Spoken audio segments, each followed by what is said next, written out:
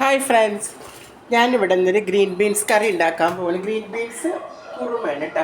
ക്രീമൊക്കെ ഇട്ടിട്ടുള്ള fresh ക്രീമൊക്കെ ഉപയോഗിച്ചിട്ടുള്ളൊരു creamy തേങ്ങാപ്പാലൊക്കെ ഒഴിച്ചിട്ടുള്ളൊരു കറിയാണ് ഉണ്ടാക്കുന്നത് കേട്ടോ. പിന്നെ ഞാൻ ആ ഗ്രീൻ ബീൻസ് അടുപ്പിലേക്ക് ഇടണേ. ആദ്യം ഗ്രീൻ ബീൻസ് വേവിക്കാൻ വെക്കുക. അതിന് ശേഷം പച്ചമുളക് ഇടുക. പിന്നീട് ഇഞ്ചി വെളുത്തുള്ളി ചതച്ചതിടുക. ഒരു സവോള ഇട്ടു കേട്ടോ. സവോള ഇട്ട് പിന്നീട് അതിന് ശേഷം അതിലേക്ക് ഉപ്പെടുത്തിടുക. നമുക്ക് ആവശ്യത്തിനുള്ള ഉപ്പെടുത്തിട്ട് മഞ്ഞൾപ്പൊടി ഒന്നും ഇടേണ്ട ആവശ്യമില്ല. കുറുമയാണ് കേട്ടോ, സ്റ്റൂ ആണ്. എന്നിട്ട് അതിന് ശേഷം വെള്ളം ഒഴിച്ചിട്ട് നമുക്കിത് വേവിച്ചെടുക്കാം ആദ്യം കേട്ടോ. ഇനി നമ്മൾ കുക്കർ തുറന്ന് നോക്കുക കേട്ടോ. ഗ്രീൻ ബീൻസൊക്കെ വെന്തിട്ടുണ്ടോ നോക്കണേ. ഗ്രീൻ ബീൻസൊക്കെ വെന്തിട്ടുണ്ട്.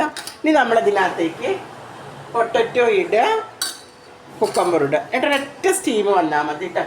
പൊട്ടറ്റോയും കുക്കമ്പറും ക്യാരറ്റും ഇട്ടിട്ട് ഒരൊറ്റ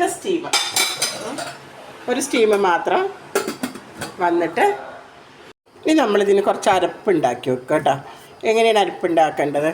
ഇതുണ്ട്, കുറച്ച് തേങ്ങ എടുക്കുക. ഇതിനകത്തേക്ക് നമ്മൾ എന്ത് ചെയ്യുക, കുറച്ച് വലിയ ജീരകമാണ് ഇടുന്നത് കേട്ടോ. വലിയ ജീരകം ഇടുക. അതേപോലെ തന്നെ ചെറിയ ഉള്ളി ഇട്ടിട്ട് നമ്മൾ നന്നായിട്ട് കുറച്ച് തേങ്ങ മതി കേട്ടോ. തേങ്ങാപ്പാലും ക്രീമും ആഡ് ചെയ്യുന്നതുകൊണ്ടാണ് കുറച്ച് തേങ്ങ എടുത്തത്. അപ്പോൾ അരമുറി തേങ്ങ എടുത്തിട്ട് അതിനകത്തേക്ക് നമ്മൾ ഇത് അരച്ചിട്ട് കൊണ്ടുവരിക. ഇനി നമ്മൾ തുറന്ന് നോക്കുക കേട്ടോ.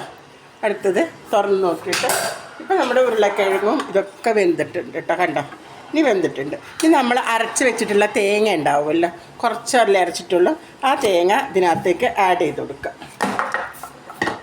കണ്ടോ, ഇതിനകത്തേക്ക് നന്നായിട്ട് ആഡ് ചെയ്യുക.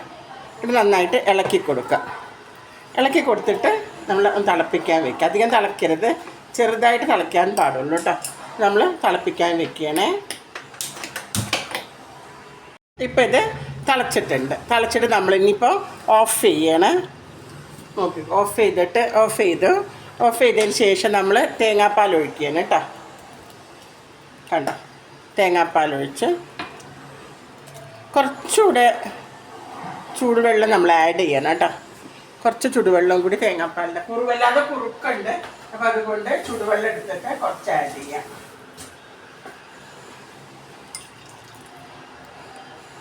ചുടുവെള്ളം എടുത്തിട്ട് ആഡ് ചെയ്യണം. ആഡ് ചെയ്തിട്ട് ഒന്ന് മെല്ലെ കത്തിച്ചിട്ട് ഇളക്കി കൊടുക്കണേ. അത് തിളയ്ക്കും വേണ്ട, ഒന്ന് ജസ്റ്റ് ചൂടാക്കുക.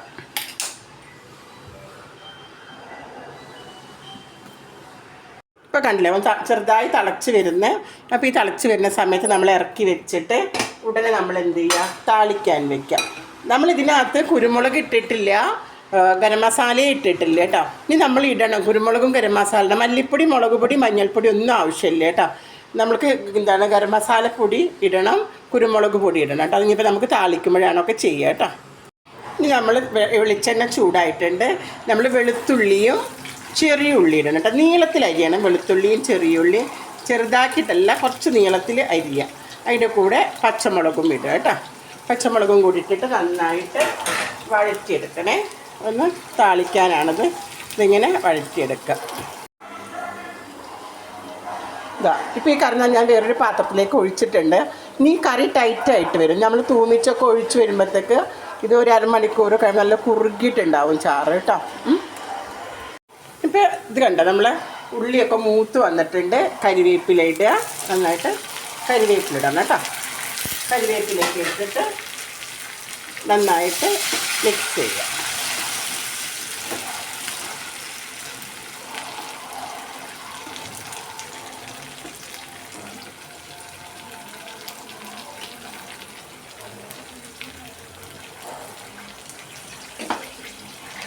ഇനി നമ്മൾ കറിയിലേക്ക് ഒഴിച്ചു കൊടുക്കുകയാണ് ഇത് കേട്ടോ.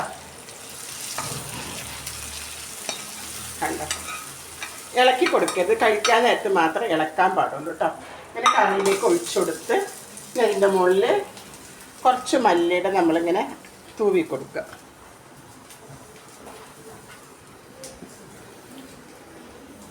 അപ്പോൾ മല്ലിയില തൂവി നമ്മൾ കേട്ടോ. ഇത് നമ്മൾ ചെയ്യേണ്ടത് ഫ്രഷ് ക്രീം കുറച്ച് മുകളിലൂടെ ആഡ് ചെയ്യുക. നല്ല ടേസ്റ്റാണ് ഈ കറി. ഇതൊന്ന് നിങ്ങൾ ഉണ്ടാക്കി നോക്കൂ. ഇതുണ്ട, ഈ ഫ്രഷ് ക്രീം മുകളിൽ മാത്രം കുറച്ചിങ്ങനെ ഇടുക. കണ്ടോ ഈ കറി നിങ്ങൾ കണ്ടോ, നല്ല ഇതുണ്ടാവും.